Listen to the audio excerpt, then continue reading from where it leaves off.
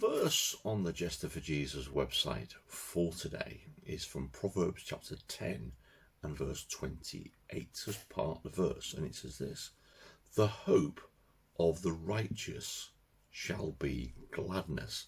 Another translation of that is shall be joy. The hope of the righteous, that's people that have a right relationship with God, the righteous. Not that people are always right, because no one is right all the time, but being righteous means you have a right relationship with God. And you're not right all the time because you do make mistakes, but you tell God that you're sorry, you tell other people you're sorry too. So the hope, our hope of righteousness shall be gladness. Because following the resurrection of Jesus, we don't need to fear death anymore, because as Jesus raised other people to life, he himself was raised to life. That gives us a new hope for a future eternity with him. This is what Jesus always was talking about when he was on the earth. We had a few days ago, "I am the way, the truth, and the life. I am the light of the world."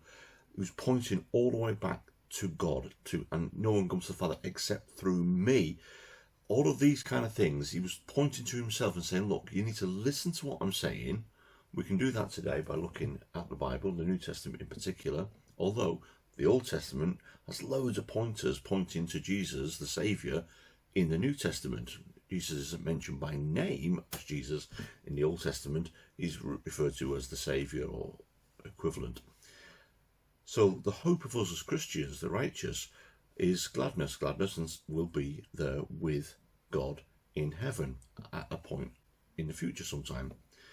The alternative to what we're saying here is the hopes of the wicked come to, well, nothing. Because if you don't follow Jesus, you're not doing what Jesus said we should be doing, then you're not going to get to where the rest of us are going to go. So just think about that for a moment. The hope of the righteous shall be gladness. And have a great day today.